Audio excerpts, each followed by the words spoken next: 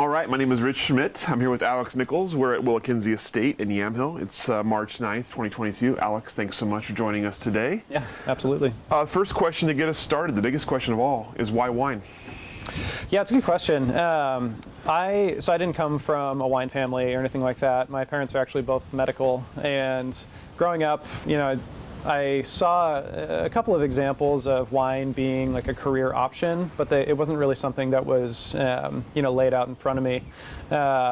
Actually grew up with John Paul's son and saw his dad as a winemaker and thought it was just sort of this unique, interesting career path, but never really thought much of it. And my dad was a colleague of John Bergstrom's as well, and so I had sort of had this peripheral sort of awareness of wine as a career, but again, never really thought much of it. It wasn't until I was getting ready to go to college, and I was thinking about going to UC Davis. That's where my dad went, and I was planning on playing soccer, and saw that they had a wine program. I was like, oh, that's kind of cool. It's an interesting thing to look at. And fast forward, I ended up going to Oregon State University. It's a little closer to home, and I noticed that they had a wine program as well. So it was really just getting started at that point in time. Mm-hmm. So I was one of the sort of early folks through that program, and I thought it was interesting, dove into it, and pretty much immediately fell in love with it. I ended up not playing soccer. I played soccer at Oregon State for a hot minute, but not a particularly long time. I realized that it wasn't going to happen, and that was okay. So enjoyed my time instead, and that was really how I kind of found my way into it. And then when I was in school, I worked my first harvest in 2008 at a small winery in Corvallis called Belle Vallée Cellars, and thought it was amazing and fascinating, and like absolutely fell in love with the idea, and just kind of kept rolling from there. I think it was a funny sort of moment in time for like my generation coming out of school in 2008, 2009, and there being literally no jobs available. And I remember getting my first harvest at Belle Vallée. I went through the interview, spent an hour walking around the cellar, chatting with them, and I was like, okay, this sounds super cool. I'm excited about it. And then my last question was like, so am I going to get paid to do this? And they were like, oh yeah, of course. And I was like, yes, awesome. Okay, this is great. So yeah, I mean that's where things were in 2008, 2009, and I think we were all just happy to have jobs. Mm-hmm. So then from there, I kind of kept rolling through the industry. I ended up at Adelsheim Vineyard for a little over 4 years and did a little bit of everything while I was there. Started by working harvest and then worked in the tasting rooms, and just kind of kept doing that for 3 different vintages and a little bit of vineyard work, a little bit of club work, just kind of everything. Mm-hmm. I ended up sort of being the utility player for all things Adelsheim, and that was my sort of broader exposure to what the industry has to offer. And that was the thing that really sealed the deal, where I was like, okay, this is super cool. I like this industry. It's different, it's diverse, it's unique, and something I can see myself doing for quite a while. So mm-hmm. Yeah. So I want to back up just a second to when you were in school, and so you went to Oregon State without wine being the reason that drove you to Oregon State in the first place. Yeah. What made you decide to take the leap and actually start taking classes in wine? My wife always jokes that when we started in school, we met, and I told her that I was pre-med at that point in time, and she was like, ooh, exciting. And then after my first term, I switched majors at that point in time to enology. Food had always been something I was super interested in, and I loved cooking. I loved, all things food, and it's a great way to, see the world through food. I mean, travel, eating, all the above.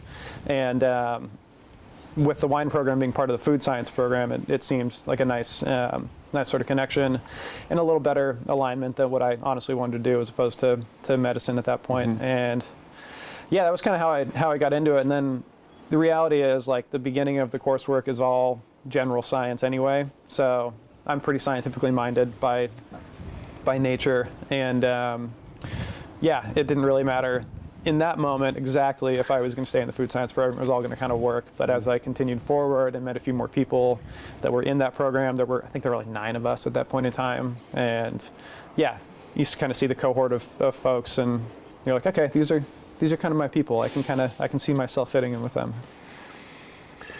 You mentioned it being kind of early on in Oregon State's wine program. Yeah. Tell me about it. What was it like, and what were the kind of the attractions for you as you went through the program?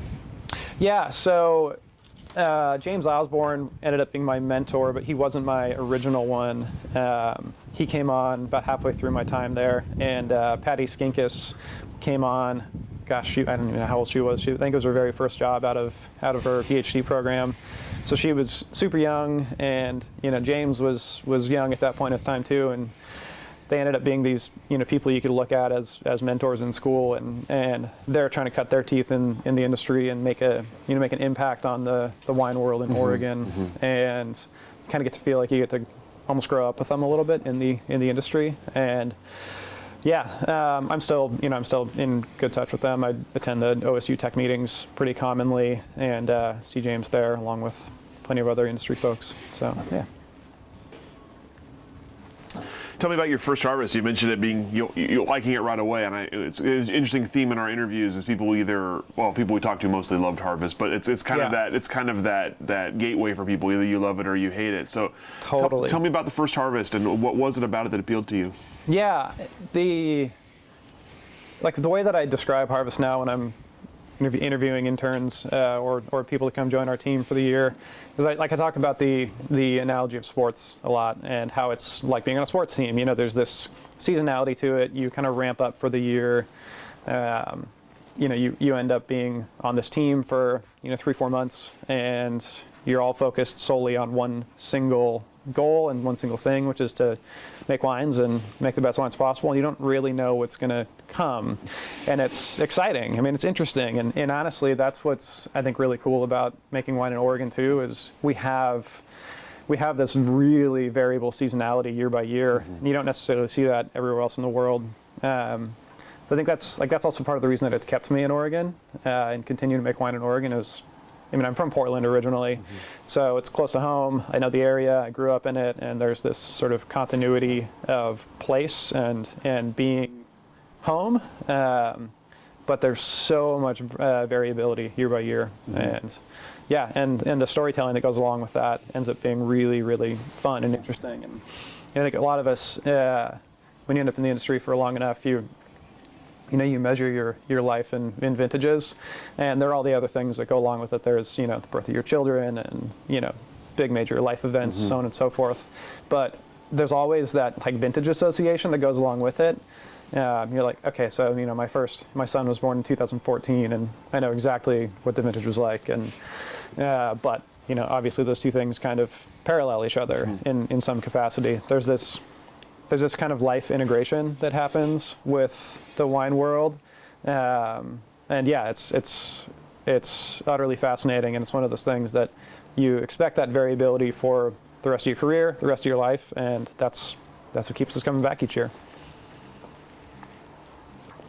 What about the work itself? Because obviously the work itself is not exactly glamorous, especially first year harvest interns. So what was the experience like for you come from a physical standpoint, and what kept you engaged? Yeah, so my very first harvest, I was working in the lab primarily, and I was doing kind of 50-50 lab and cellar, and yeah, I played sports, so I was reasonably fit at that point in time, and so the ability to push yourself and work hard was pretty innate and easy for me, and being able to I think adapt that to a work world was pretty cool. And then having something tangible that comes out of it, I think that's one of the things for a lot of non-wine friends. The tangibility of what we do is something that I think they all think is really cool and think is interesting about wine that you don't necessarily see in a lot of other professions.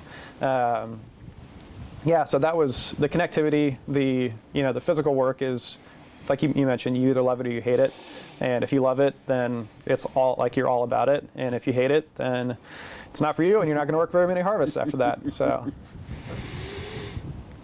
So you mentioned Adelsheim as kind of the first big step for you, and, Yeah. and the first. So tell me about how you ended up there in the first place, and about the experience you had there, being kind of like you said, a utility player. Yeah. So again, there were so few jobs at that point in time, and I was looking around and really wanted to do another harvest, and kind of started looking at wineries around the valley and looking at the important figures, the prominent figures, and who I really wanted to work for. And I was looking at Adelsheim, Ponzi, Elk Cove, like all of the founding wineries that were a little bit bigger as well. And I ended up meeting. Actually, I met Eric Kramer at Adelsheim. He was the assistant at the time, and interviewed with him, and it seemed like a good fit. And it was a little bit bigger winery, so I figured I could kind of learn the wide spectrum, and then again with the history there, it was a great place to be, or it felt like a great place to sort of get started.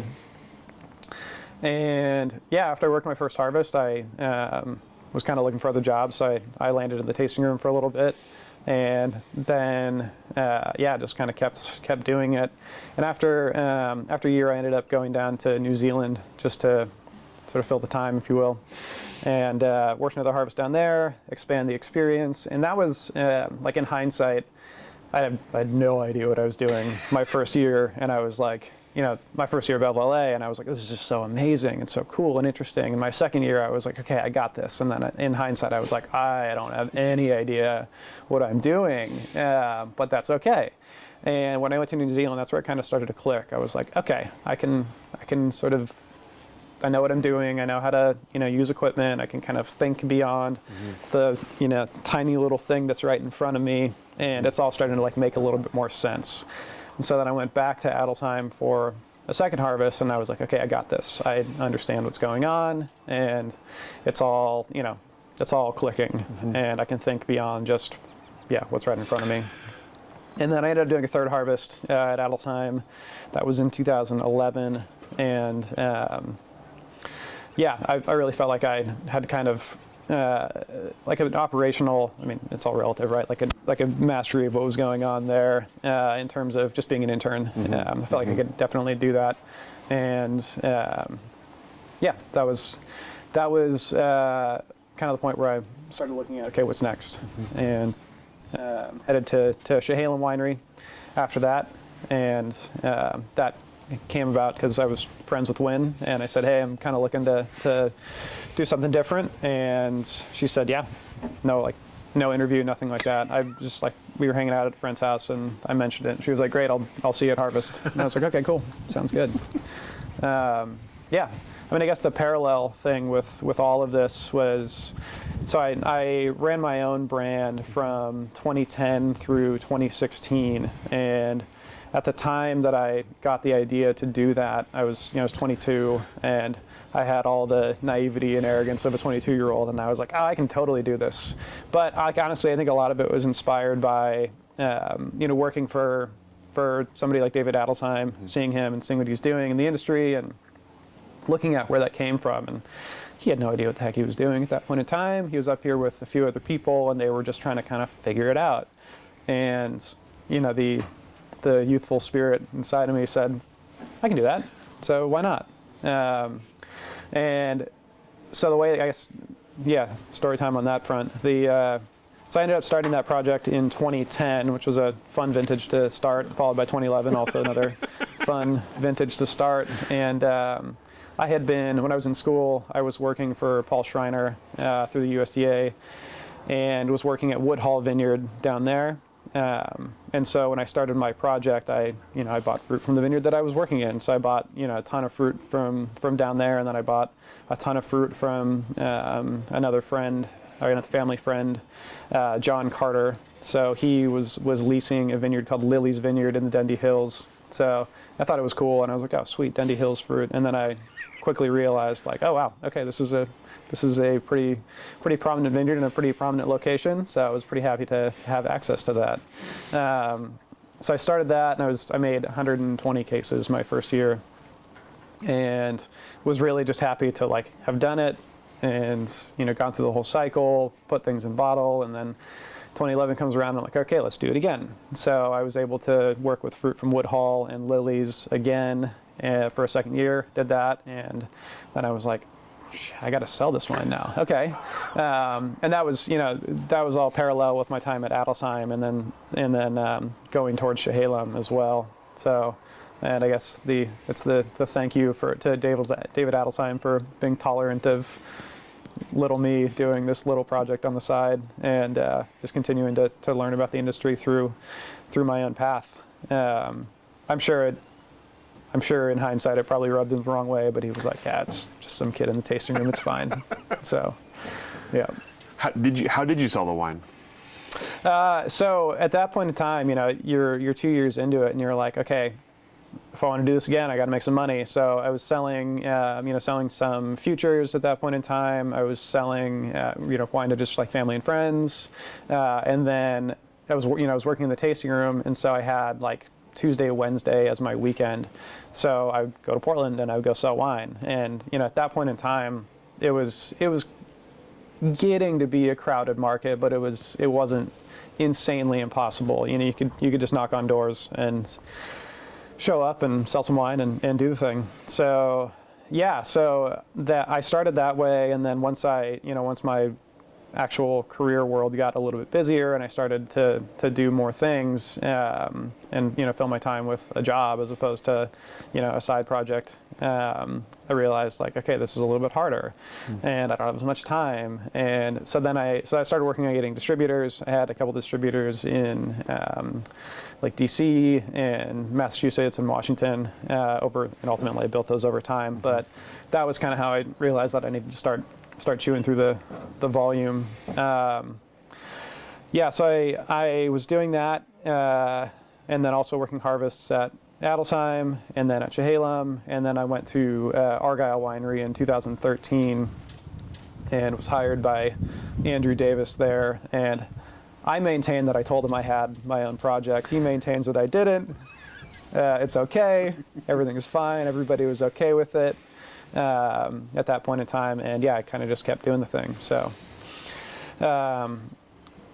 so in 2014, I switched wineries where I was making my wine and moved it to a small winery called Medici Winery, which is up in the Chehalem Mountains and a lot closer to Argyle, where I was working at that point in time.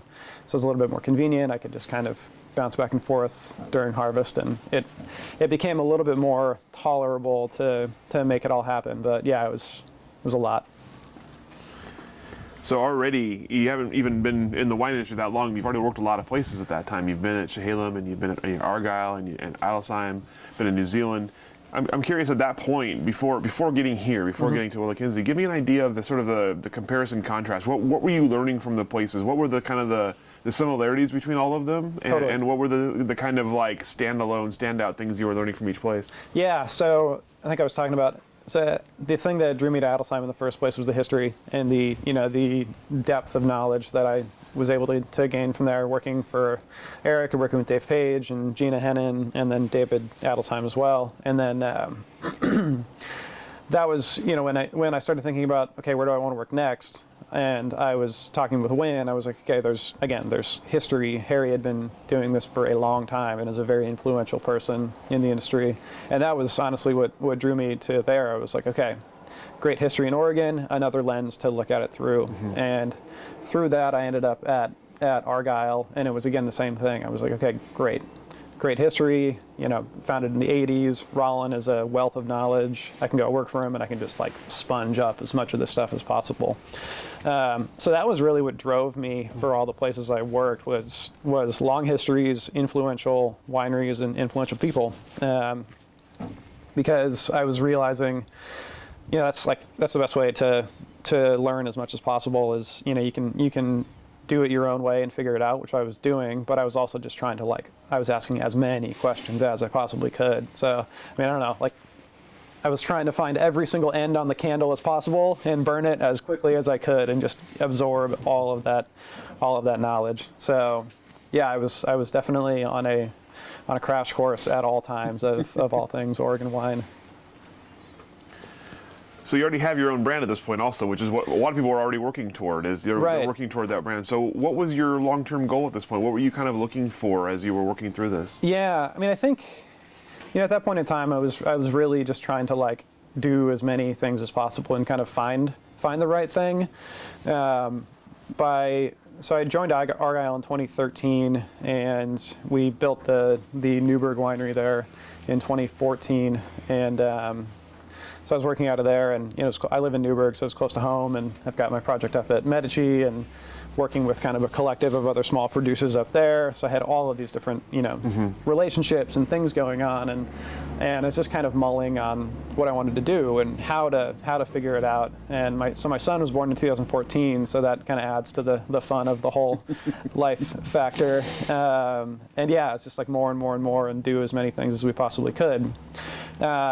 And I didn't really know like what the long-term plan was at that point in time. At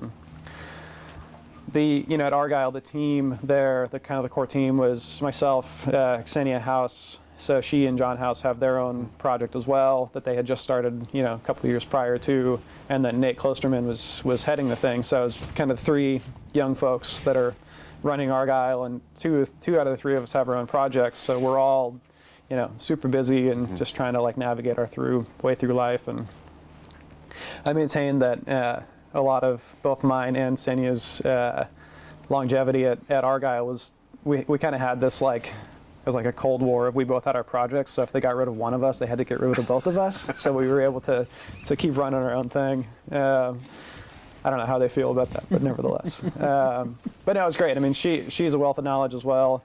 Nate has so much history at Argyle, and it ended up being this great space to just sort of think and create and figure out kind of what we all wanted to do in our lives and with our own projects. And yeah, we got to do it while we all also had salaries, so that was nice too. So yeah, and like I had my first kid at that point in time too, so it was nice to have like that core of stability while we get to explore what may be next. So you mentioned the wealth of knowledge you'd worked for. You worked for a lot of places with a lot of history, a lot of people with a lot of history, as you're sort of developing your own style. So tell me, at that point, at what point did you start to feel like you had a winemaking philosophy or a winemaking style that was something you wanted to create, and how did it kind of evolve during that time? Yeah, I think that was one of the things that Nate was great about doing, was letting us explore. I think he was also going through that as well, like trying to define Argyle for himself. He had really just taken it over in 2013, or I guess 2014 was his first vintage doing it. So he was driving in the ruts a little bit, but also thinking outside of the box. And the 3 of us kind of got to do that together. And so that was that kind of became my crash course in defining style for myself. And running my own brand, thinking about the way that things were happening at Argyle, but being able to experiment and explore, and having 2 people there to bounce a lot of those ideas off of. So it was a lot of just kind of thinking, mulling, drinking a lot of wines, tasting a lot of wines, and talking about the wines, and talking about what things matter to us in those wines. So then you have this opportunity to do it on your own project. In my situation, and I really started thinking about like what's important in wine. What are the things that I care about with it? And a lot of it's the connectivity to land, right? I mean, that's the thing that we all talk about, and the thing that draws us in year over year. And so I started just thinking about how do I get out of the way a little bit more, so not worrying about like making wine and kind of just shepherding it along, and stop inoculating, stop making ads to wines, add a little bit of SO2 here because I think that's the way we all work, but stop filtering wines, all those kind of things, and having success with that in that project, but also knowing like yes, it's your own brand, but also it's like this big, and it's like it's going to be okay if something goes wrong. Like you'll still be able to figure out a way to sell it. And yeah, exploring those wines and then coming back to them over years and being like, man, these are really cool and interesting wines, and I'm really proud of them. And probably by 2014, that was the point where I was like, okay, I think I kind of know what I'm doing. I think I can figure this out, and I can make smart decisions that influence these wines in a way that I want them to be, and then being able to go back to it and see the results and say, yeah, okay, it worked. What I thought was a good idea turned out to be a good idea, and what I thought I was trying to do, I was able to do. So. When you were making wine at that point, especially for your own brand, did you have was it, I'm going to make wine I like and hope I can sell it? Or is it, I'm going to make wine that I can sell and hope I like it? Yeah, it was definitely making wines that I like to drink. And I think we're all influenced by the places that we work. You of course are that way. And so when I look at the sort of the evolution of winemaking style, it's kind of grabbing little bits of knowledge from each of these places. And like when I was working at Adelsheim with Dave Page, it was a pretty early pick style, and that was definitely how I started. I was like, oh, totally, like this is the way. And as I kind of evolved out of that, I was like, oh, maybe then I started working with Win, and it was a different approach. And then when I got to Argyle, it was the rules are pretty much out the door. Let's figure out the right way to do this. And so it was pretty concurrent with me really just diving into thinking about the way that I want to do things. And again, the same way that, that Nate was, I think, trying to kind of figure out the right way to interpret winemaking for himself. And Senio was, a little bit more focused on aromatic whites, but Pinot Noir was the thing and sparkling were the things that we were getting paid to do. So we were going to figure out the best way to do those things. So what came next for you after Argyle then? So I was at Argyle for almost 5 years, and I was the enologist there, so running the lab and kind of running the teams as well. And I was starting to get a little antsy at that point in time. Say, okay, what's next? I was almost 7 years into my project. I had I had a few clients that I was making wine for as well, and and also my wife was pregnant with our second kid, and it was like, all right, got a lot on the plate. And so it kind of got to the point where it was like, something's got to give. Like, we got to start looking at making a change here at some point. And it was clear that Nate is still at Argyle. Senny ended up being there for a couple of years after I was, and it was pretty clear that I wasn't going to be able to continue to grow. And yeah, so I kind of started to look outward from there. And I had heard, I knew Jackson's family was in the area. I'd kind of heard whispers that they were building a winery down in McMinnville, and Sam Paleman, the winemaker down there, is an old friend of mine. And then Eugenia Keegan, who was really spearheading all things Jackson family at the time. I had known her for a long time already from my time at Adelsheim. So then I was kind of looking around the Jackson family group, and I'm like, oh, I know a few people there, and I like them all, so what the heck. So I saw Sam in a bar during Harvest in 2016, and I just kind of said, hey, word on the street is you guys might be hiring at some point in time. Like, when you get to that point, keep me in mind. And you kind of see her be like, oh, okay, sounds good. And I didn't realize this, but the next day, or a couple days after that, she walked back in and talked to Eugenia and was like, hey, I think I want to know who I'm going to hire. I want to bring Alex in. And Eugenia was like, great, wonderful, like this'll work. You know him, I know him, like, yes, it'll be just fine. So that was about, that was like 9 months before I actually got hired, so it took a long time. We kind of like knew that we were working toward that, so that was good. I also kind of knew that when I was joining Jackson family that I would probably have to stop my project, and I was okay with that. I was making about 1,000 cases of wine at that point in time. I had a bunch of clients, like we were finishing a home remodel, we were having our second kid. It was just a lot. And I was like, all right, I think it's okay. I think it's okay to let this go and let it be a moment of time, in a moment in my career that was foundational and super important, to that accelerator and that crash course of all things Oregon winemaking. but I was kind of okay. I came to peace with being done with it, and I figured it was probably the right thing to do for life balance, for just making it all work, and being able to really make a proper career out of it. And I thought back about John Paul a lot of those times, and thinking about where he is in his career, and he'd been doing it for a long time, but it was still kind of a small independent brand, and I know he wanted it to be that way, but I was looking at that and I was like, okay, I don't know if I want to be that. I don't necessarily know if I want to do that.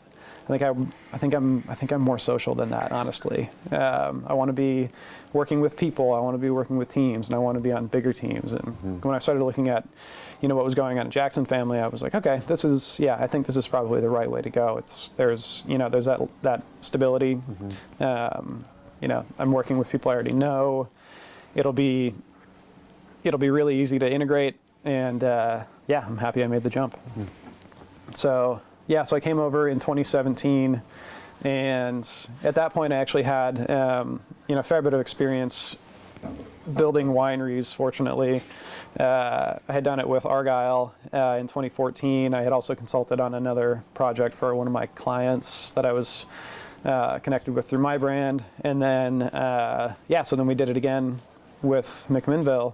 And Sam had really laid a lot of the foundation up at that point in time, but I kind of came in to help finish that, worked with the Jackson Family engineering team, equipped the winery, and then ran it in 2017. But when I came in, Sam and I were we were friends already, right? And it was pretty easy to be open and transparent from the start. And we said, okay, this is kind of a couple-year job. But the thing that's exciting and interesting about Jackson Family is opportunity. There's a lot going on. WillaKenzie had gotten acquired in fall of 2016. Penarash had just been acquired, relatively recently before that, and we're like, oh my God, there's so many things happening. Or there's building this winery, there's new brands, there's new projects, there's all this kind of stuff. And so it's super interesting and exciting to come over and just kind of see what was the right thing to do after getting that winery set up. So Sam and I had kind of agreed on a two-year thing, and at that point it was like, all right, let's figure out what's next. Long story short, it was about 8 months before I jumped over to WillaKenzie, but it was clear from the beginning that was the right fit. I remember the first day I saw Eric here, it was like, oh, hi, nice to see you again.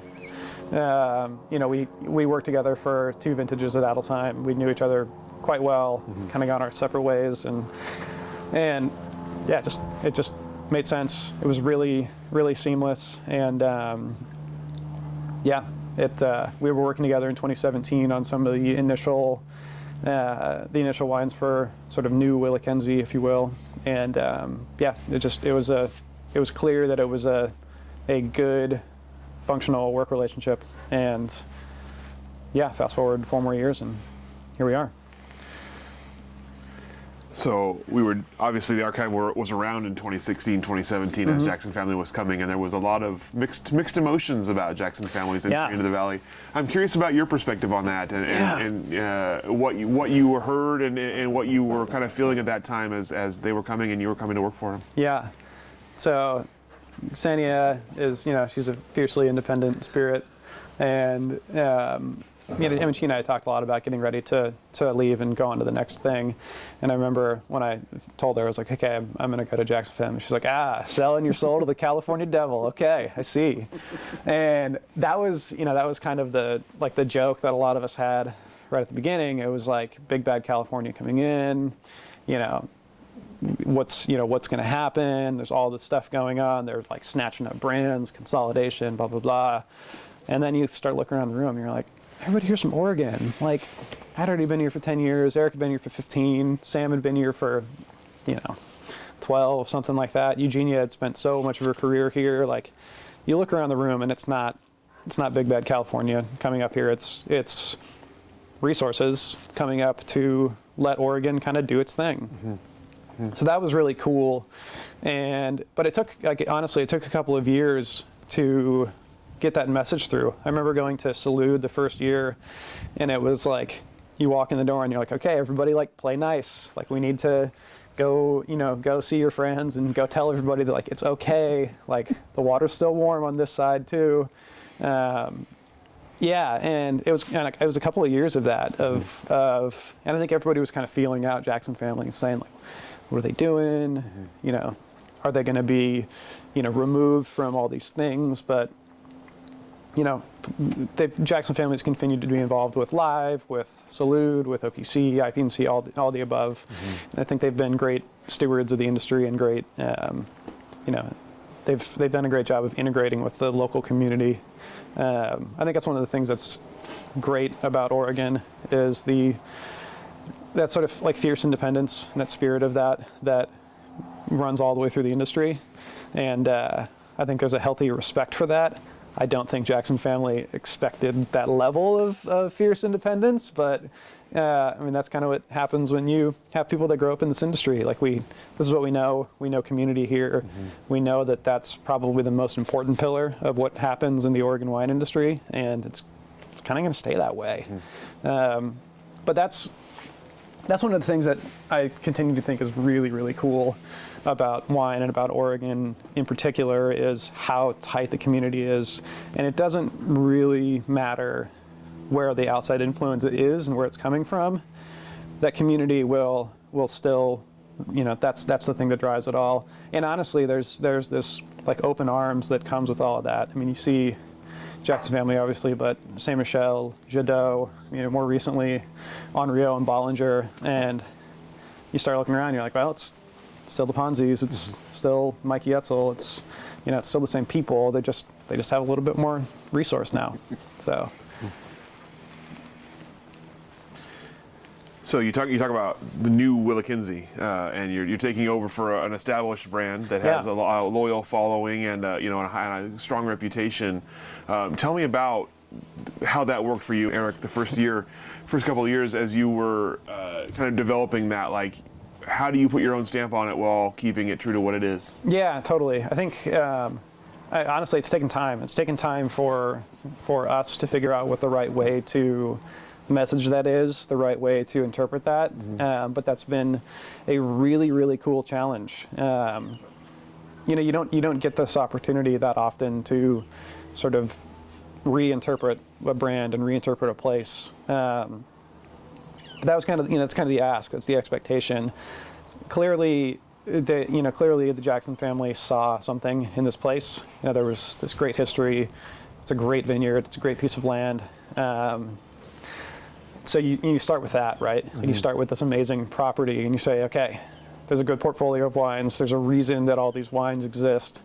Let's do the best we can with them. So you spend a lot of time in the vineyard, a lot of time sort of thinking and looking at the vineyard and validating all the things that have happened over the past 25 years. And then you're like, well, yeah, it all makes sense. So let's start thinking about it in our own way. We don't need to move the needle that far in terms of, the framework. We don't need to change the framework all that much, but really, just reapproaching winemaking, trying to get rid of the logistical, nightmares that always exist in the winery, just modernizing things, bringing it up to speed, new packaging. We did a renovation on the winery, so this was yet another build project that I had. I think that was my fourth one at that point. You get a reputation for things like that. Yeah, I know, it's cool. I mean, that's honestly, that's one of those things too that I never expected to have, 4 winery builds under my belt at this point in time. And most people do like 1 or 2, maybe. And I was like, God, okay, I'm getting better at this, so that's good. And you learn things from each one, right? Like you learn a lot of it is what not to do. And this last one was the build in 2019 was the first time where we did something, and I was like, okay, I know what the right things to do are, not what the wrong things are that you don't want to do. So, but yeah, it's the expectation of really revitalizing it is high, but I think that's what I think drives both of us. I'm a pretty competitive person. Eric is a competitive person, and I think that's why we mesh well, and we can keep pushing one another and creating and exploring and thinking outside the box and saying, what's next? How do we keep moving it forward? From a winemaking style, it takes a couple of years to also see the fruits of that, right? Like in 2017, we were just sort of, I was running Minville with Sam. Eric was over here, so we were kind of sort of working together, but not really, not like super closely. And then in 2018, that was when we really started to dive in together and start thinking about it together. And yeah, that was when we started thinking about style, thinking about interpretation, thinking about the place, and thinking about what the right long-term winemaking style was, what the right long-term portfolio was. And it was just a lot of tasting and a lot of talking and a lot of just kind of thinking out loud. And a couple of years of that before I think we really felt like we got it. I think 2019 was the first year that we really felt like we were like, okay, we're starting to understand what this place wants to do. But that's 3 years, It takes time, and it takes a lot of patience to go through that whole exercise and not really be able to see anything see anything positive coming out of it. And now it's like it's just starting to happen. We'll be out in the market and people are finally pouring the wines that we've been working on and that we're proud of and that we're excited about. But it's been, now we're 4 years out before we're really through to wines that we feel like we can stand behind and say like, yeah, this is where we want to be going. I'm curious about, you mentioned obviously the vineyard here as one of the driving factors. Tell me about getting to know a vineyard like that, coming into a place like this that has an established vineyard. How do you get to know it, and how long does it take to feel like you're comfortable getting the most you can out of it?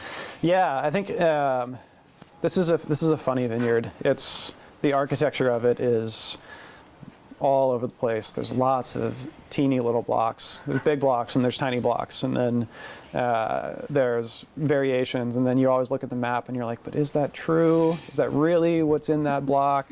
You taste the wines and you're like, this doesn't taste like the 777 from the 3 other blocks around it, so what is it actually? But you don't, it's a year after you make those wines before you can actually taste it and say, okay, there's something going on here. You start to walk around a vineyard though, and you start looking at it, and you see the portions of vineyards you've worked with in the past that are really strong, and you can kind of start drawing parallels. And you can say, okay, this reminds me of XYZ from that vineyard, and I think it's going to be pretty good. And then you taste it, and you're like, okay, cool. There's something validating about that too. Like as a winemaker and somebody that walks vineyards, you look at it and you're like, I think I know what I'm doing. I think I can kind of interpret what this place is going to do from a winemaking standpoint. And then once it actually happens and you see it come through, you're like, okay, cool, good. I understand that. I know what I can do with that portion of a property. This property in particular is really, really variable. There's 2 fault lines on the property. There's 3 different geologic masses. There's all these different, vertical reliefs, different aspects, different elevations. But honestly, that's the thing that's really cool about the property is that they're all of these different little pockets.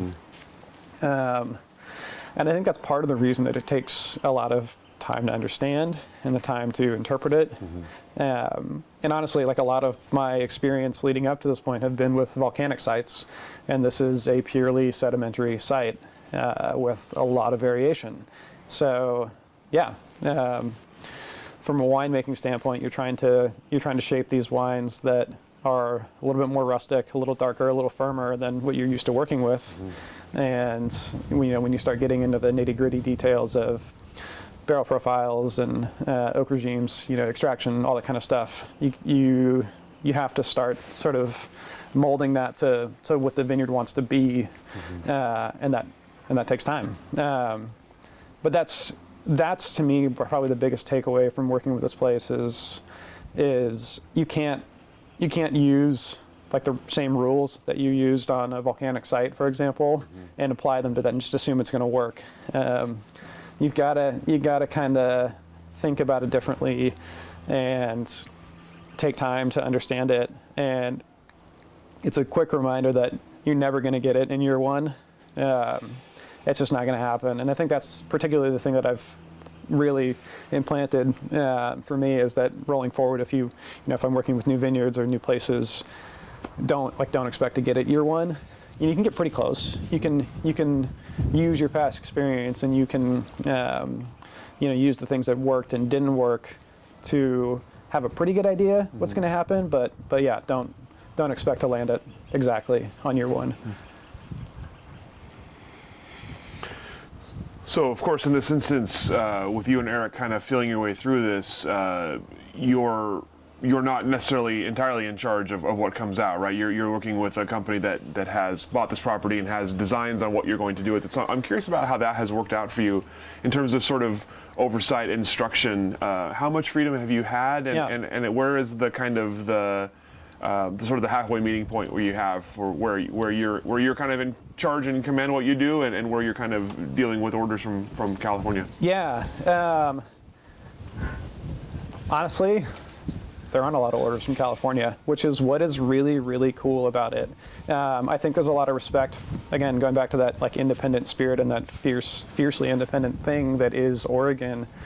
There's a lot of respect for that, and there's a lot of respect for what has been happening in Oregon over the years, and there's a lot of trust that goes into that. Yeah, I think honestly, from the family really just wants great wines to come out of it, and they're not going to take the California rules and apply it onto what's happening in Oregon. It's taken a little bit of time to explain that. I don't think that was what they anticipated from day one. But there's an adaptability that goes along with that, and there's an understanding, and there's a trust in people. I think that a lot of the philosophy is put the right people in place and just let them do their thing. Give them the tools, give the right people the right tools, and just let them go. And that's certainly how we approach things. We haven't been told otherwise, and until we are told otherwise, we're going to kind of keep doing it that way. But that's a measure of there's a measure of success that's happening there across the portfolio, not just with WillaKenzie, but Penner-Ash and Grand Moraine and the wines coming out of McMinnville. Yeah, it's working. We're all really happy with that, and we kind of get to live on our little Oregon island. There've been growing pains, but that's normal. And honestly, I think that's part of the reason that the Oregon brands and the Oregon wineries within the Jackson family portfolio have continued to be so connected and so integrated with the rest of the industry around here, is that there isn't this, this command coming from Command Central, if you will. It just doesn't happen. So. I don't know. It's great. It's a really great balance. Like, it's all of the creativity and all of the range that you want to have, with oversight for sure. But really, it's access to resources and the opportunity to just kind of go and do your thing. So obviously, in the middle of your kind of growing into the site here, you had 2020 and all of the challenges of that. So I'm curious, for kind of the both parts of 2020, both the pandemic beginning in the early part, and then of course harvest and all the issues with harvest. Tell me sort of what that did to your kind of plan and your work, and also kind of the reactions and responses from you and the team here, kind of coming out the other side of it. Yeah, 2020 was a year, man. So Sam Paleman had her first child in 2020. In August of 2020, and I had enough experience working in McMinnville, and Sam and I still have a great relationship, and so I was actually asked to run that winery in 2020 because she was on maternity leave, and then that was pre-pandemic, and then the pandemic hits, and you're like, okay, well, it's going to add a different layer. But I was, still continuing to be in touch with what was going on here at WillaKenzie. So kind of like overseeing the team there, but continuing to be in touch with WillaKenzie, and then the pandemic hit, and, we didn't really know what was going to happen. We created a lot of sort of separation of teams, but the expectation for me was to continue to be doing a little bit of both. So yeah, it was really hard to navigate that. And then, of course, smoke on top of it. And you're like, Jesus, like, stack it on. So, yeah, 2020 was a hard one. It was a really hard one. Honestly, I think that, for me, the shift happened pretty quickly when the smoke came. We ended up picking everything for Jackson family, and the whole vintage became one giant experiment of figuring out, like, how can we work with these things. And long story short, we ended up not bottling a lot of those wines, I think, which is pretty common around the valley. But yeah, you take the opportunity when it comes, right? So I don't know. I mean, I ran literally every experiment I possibly could. I remember, like, my whiteboard in my office was just, like, all over the place, and I remember sending all these emails being like, what do you think about this? What do you think about that? And I sent one with this sort of long, rambling experimental plan to Eugenia, and she was like, of all my years in winemaking, I don't think I have seen anything like this.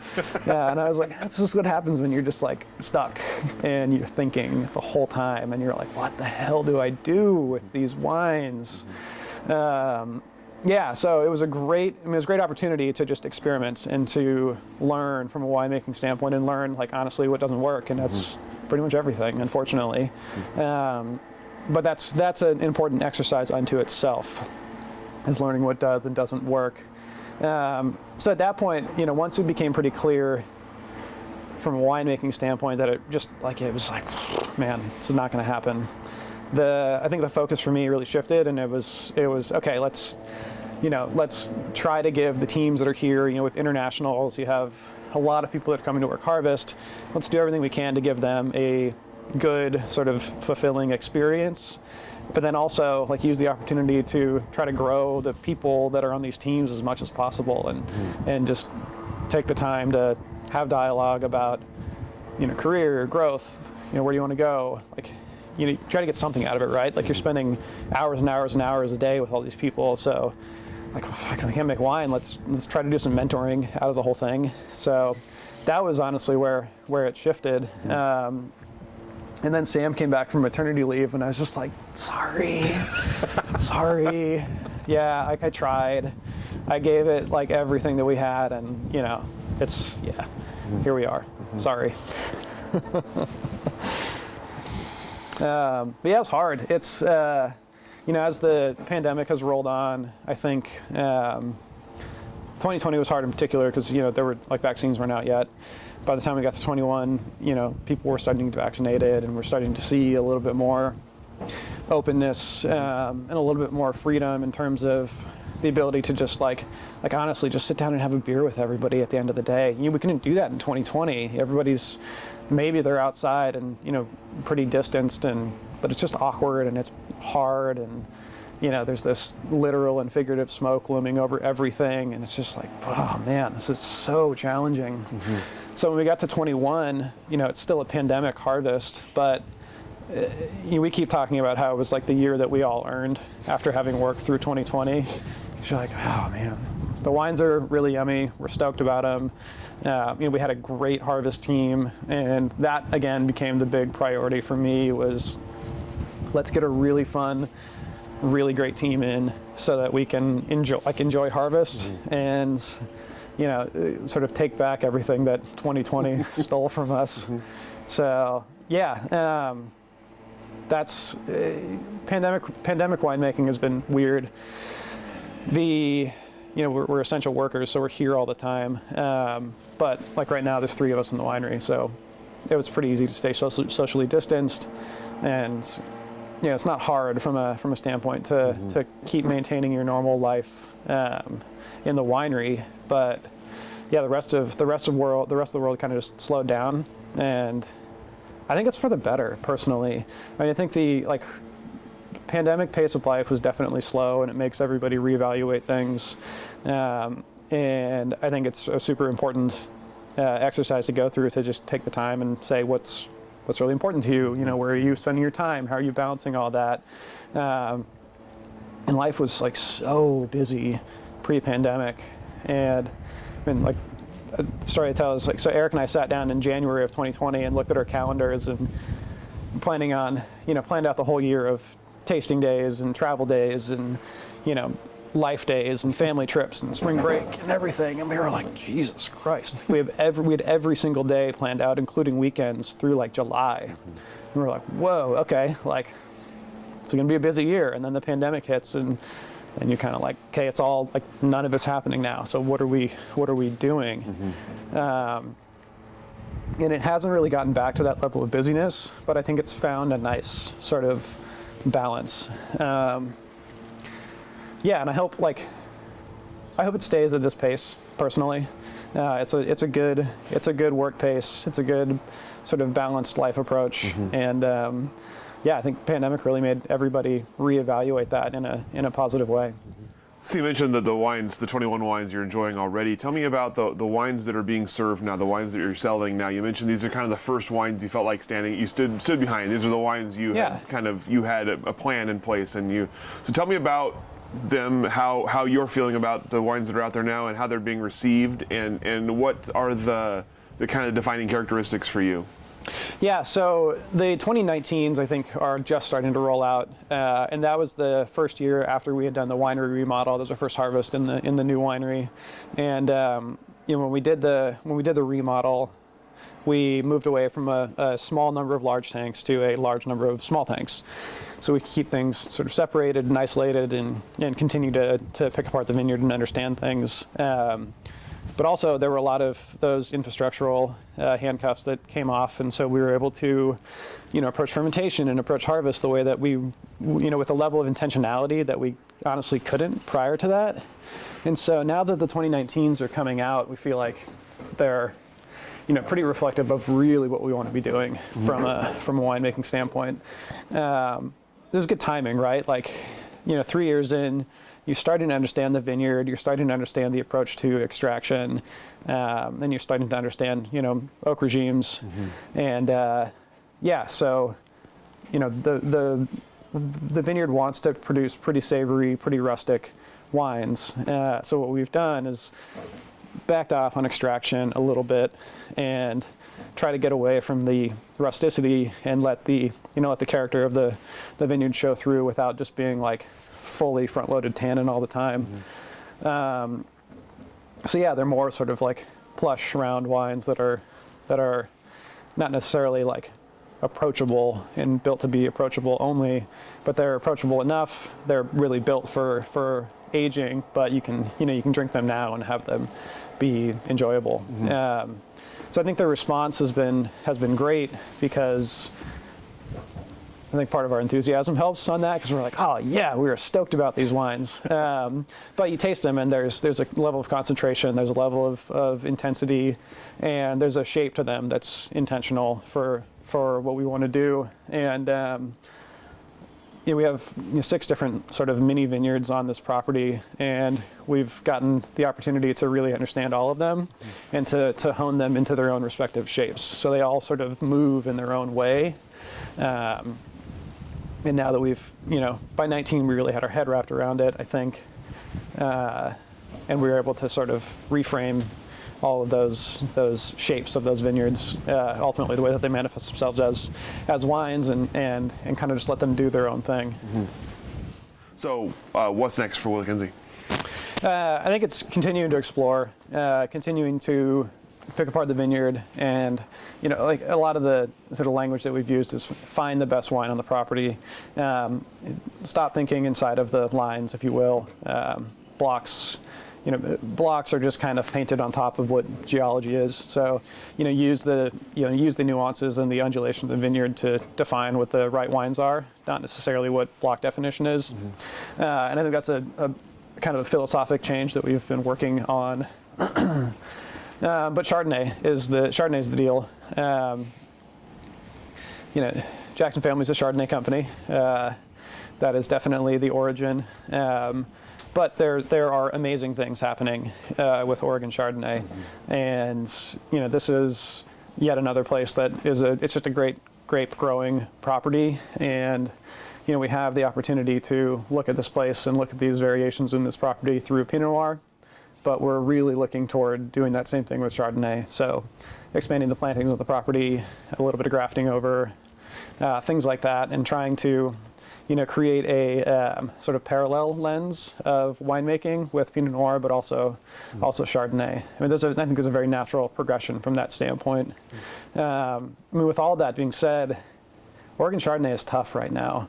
When you go out to the wider world, I mean, we think these wines are killer, and you put them next to white Burgundy, and you're like, man, there's something going on in Oregon, and they're still distinctly Oregon. They're not just like a different version or a New World version of white Burgundy. I feel like this was one of the hard parts about Oregon Pinot Noir that was existing, however many years ago. How do you sell this wine? How do you position this wine? And it was so commonly like, it's like Burgundy, or the Burgundian style, or the Oregondian thing, and it's hard because Oregon is its own thing. The wines aren't Burgundy. The climate isn't Burgundy. The place isn't Burgundy. The soils are different. Everything about it is different. We just happen to be growing Pinot Noir. It clearly works, and it's a good parallel to draw in some capacity, but Oregon is fiercely independent. Oregon grows Pinot Noir in a very different way, and the wines manifest themselves differently. And there is absolutely an Oregon thing. But it's hard to not go back to that with Chardonnay, because we're trying to establish, the reputation, and then you kind of default back to like, it's kind of like white Burgundy, but it's different. And you're like, no, don't do that. Like, it's the obvious parallel from Pinot Noir, and that's why it works here. And that's why it grows really well. When I was working at Adelsheim, I got the very deep history, and obviously David has been very influential in the future of Chardonnay in Oregon. And so that story was like pounded into me immediately. And so now we're at this moment where, like, hopefully all that work and all that sort of reestablishment of what what Oregon Chardonnay can be will start coming to fruition. I think we're like 2 weeks out from the Oregon Chardonnay celebration, and I remember being there and looking around the room, and you're like, man, there are so many people here that are making amazing wines that are compelling and interesting and unique and expressive of place and representative of what's going on in Oregon. And then you're like, man, everybody here is making like 500 cases of it. No wonder nobody knows that it's going on. And there's so few wines with scale that are representing Oregon out in the greater market, and it's tough. So I think that's kind of the tipping point, or that's kind of this moment where we are right now, where the Pinot Noir category is there. People know Oregon, they know Pinot Noir, they know that there are great wines coming out of here. And Pinot Gris was the white that led the way for so long. And that dialogue is starting to shift.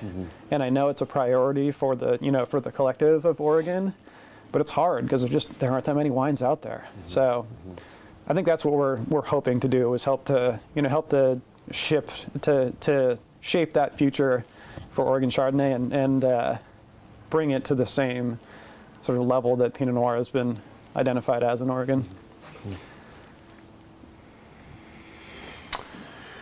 So that's a pretty good answer to the next question I was going to ask. So we'll talk if there's anything else, but we kind of talk about the industry, what you've seen in the industry. So we'll start with that part of it. You talked about your first impressions of Oregon wine, and what has changed to now? What is different about the industry? How has it changed in the years you've been a part of it, and what does it look like to you now in 2022? Yeah, I think it's kind of same but different. Like that community and the importance of community and the importance of sharing information. 2020 was a great example of that, where everybody is talking to everybody about what is going on, what are you seeing, and it doesn't really matter if you're at Jackson Family or Jadot or Saint Michel or Henriot or Bollinger. Like, it's that exchange of information is gonna cross borders. That's what makes this place great, and that, I think, is the thing that will continue to make this place truly unique, and this this industry and this community in Oregon unique compared to a lot of other places in the winemaking world. And I want that to stay the same personally, because that's what makes us all better, and that's what makes the industry move forward. I think we're going to continue to see consolidation in some capacity, but I think we're also going to see a lot of really interesting small producers do their thing. And that's a super important part of the industry, that kind of that dichotomy. I think that dichotomy is going to become stronger. But I think that's okay, because everybody has their own story to tell with winemaking. And when you can do it in that independent way as a small producer, like, more power to you. Like, I support everything about that, because I mean, I did it. I know how it goes. It's hard.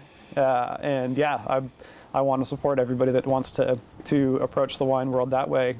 But there's also large players that are producing a lot more wine, doing it at a very high level, and they play a very important role on establishing, the Oregon industry out into the world. So it's both, and I think it can continue to be both, and I think it's important that it's both. Well put. I like that.